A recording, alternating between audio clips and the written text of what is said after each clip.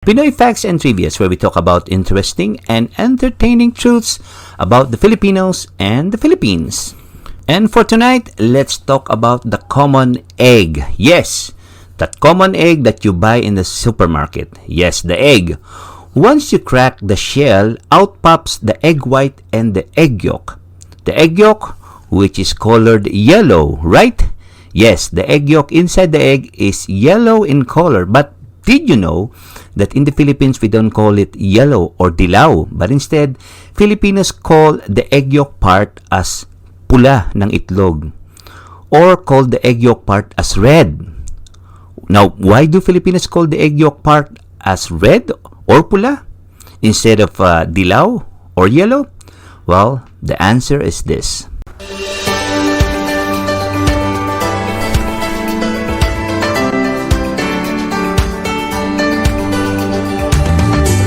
It's time for the Parkland Filipino Hour with your host, Kuya Gilbert Del Rosario. The Parkland Filipino Hour is aired every first Sunday of the month over the Rock 98.5 radio station in Yolk, Saskatchewan.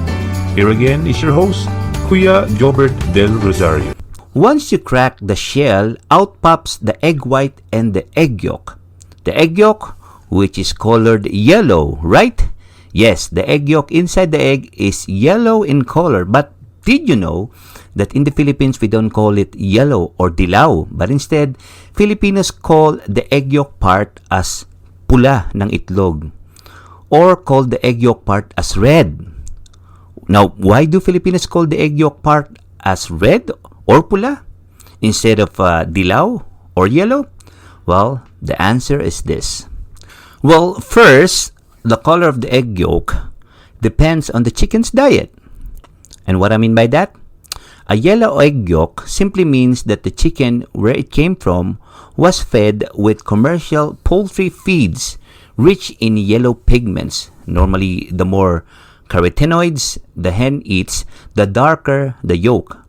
Carotenoids are naturally occurring red and orangey pigments found in a variety of plants and animals.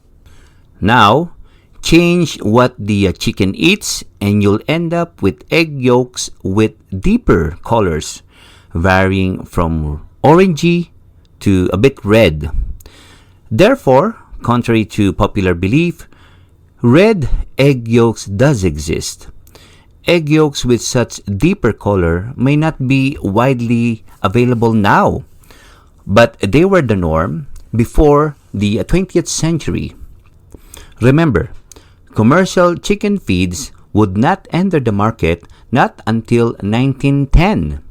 So, back in the days, chickens are fed with more natural stuff instead of the corn-based feeds we have now. So, egg yolks back then are darker colored and are actually orangey, which is the preferred color for yolks of European and Far Eastern countries. Which means, back in the days, our ancestors raised free-range chickens in their own backyards, which means they just let the chickens roam around and thrive on a natural diet. Natural diet, which means consists of insects, plants, corns, rice grains, earthworms, and even garden waste. As a result, these chickens laid organic eggs with deep-colored yolks rich in xanthophyll and omega-3 fatty acids. The term pula ng itlog was probably coined during this era when the colors of the egg yolks were as varied as the chicken's diet. The reddish, orangey-colored yolk, in particular, may also be the direct result of feeding chickens with red chili peppers containing capsaicin, a red coloring factor. As for their nutritional value, a study done by the Pennsylvania State University reveals that organic eggs, as opposed to eggs from commercial poultry farms, contain higher levels of vitamins A, D, and E, which means more beta-carotene and more omega-3s. So, in reality, this pula or reddish color egg yolk has more actually orangey color and not a blood red color. So, bakit pula ng itlog at hindi orange ng itlog ang tawag? Well, orange was not a term for the color orange back then. Darker shades of yellow are called red in most cultures. People with orange hair are called redheads because there is no term for orange in the older days. Same things with red deer and robin redbreast. The color orange was named after the fruit orange came around the year 1510s in England. And Magellan didn't arrive in Cebu until 1521. So maybe, just maybe, the Tagalog-speaking locals already referred to the egg yolk as pula around that time, even before any major European influence reached our shores. And there you have it, why the egg yolk is called pula ng itlog, not yellow. And that's our Pinoy facts and trivias for the month of February. And for tonight, let's talk about one of the major tourist spot in the Philippines and also part of the Filipino heritage.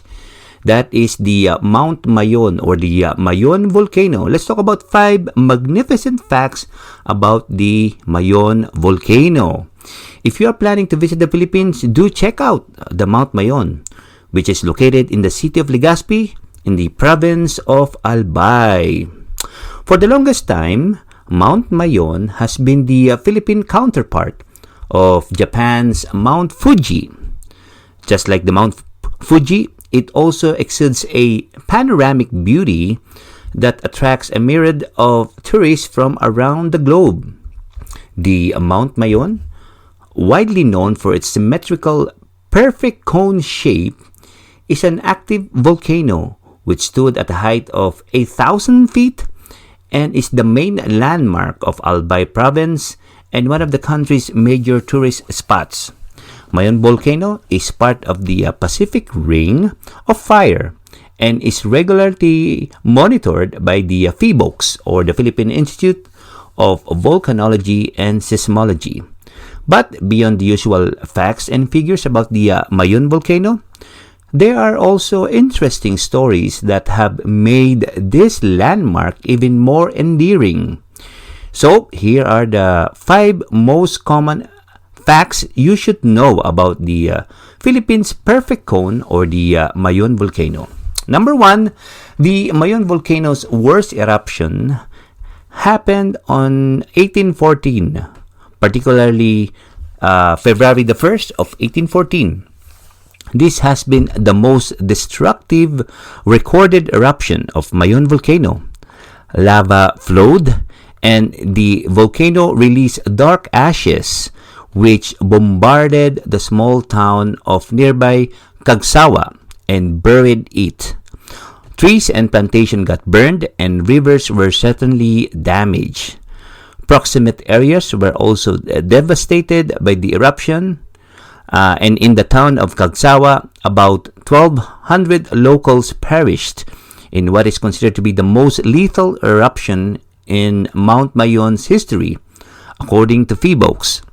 Also, according to other accounts, hot stones, sand, and ashes flowed from the crater, killing thousands of terrified inhabitants, including those who were trapped inside the famous Cagsawa church. Number 2, Mayon Volcano is the Philippines' most active volcano. Mayon has remained in the public eye in recent years for one reason. It's the country's most active volcano. In fact, records show that Mayon Volcano has erupted almost 50 times for the past 400 years.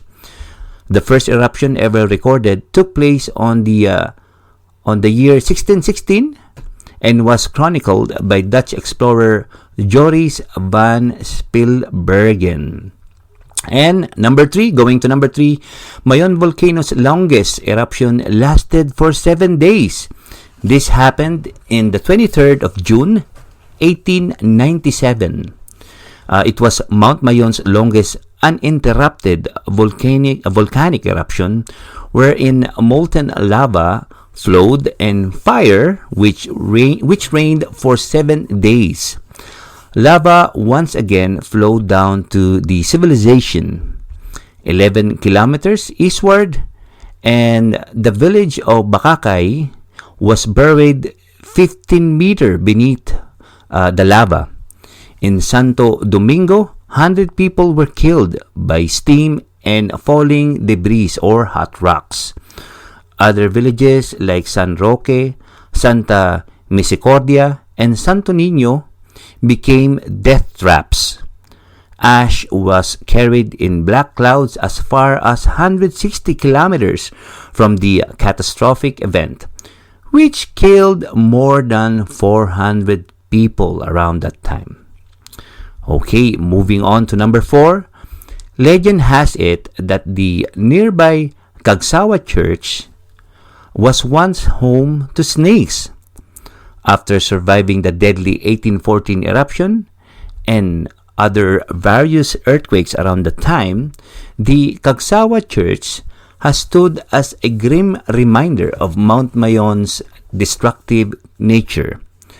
The church, constructed in 724 by the Franciscan friars, the Baroque-style church is one of Albay's, or the province of Albay's, popular tourist spots. The name came from the word kag, meaning owner, and sawa, which pertains to a type of snake or python. Legend has it that the church once kept snakes before it was eventually destroyed by the volcanic eruptions. Okay, number 5 on the list, and last one. Mayon Volcano is intertwined with a tragic love story. The name Mayon originated from the word magayon, which literally means beautiful. According to local folklore, the story reveals that Magayon was actually an ancient princess who was forced to marry his wicked suitor, Pagtuya. She was forced to marry Pagtuya after Pagtuya kidnapped his father. On the day of the wedding, Magayon's true love, Panganoron, tried to rescue the princess with the help of several men. The love story ended tragically when Magayon was hit by an arrow while Panganoron was stabbed to death. As the story goes, a mountain eventually grew from Magayon's grave and eventually expanded to become the modern-day Mayon Volcano. This has been the Parkland Filipino Hour. I'm Kuya Jobert, leaving you all a message. Filipino ka, ipagsigawan mo, sipag at tiyaga, puhunan mo. God bless.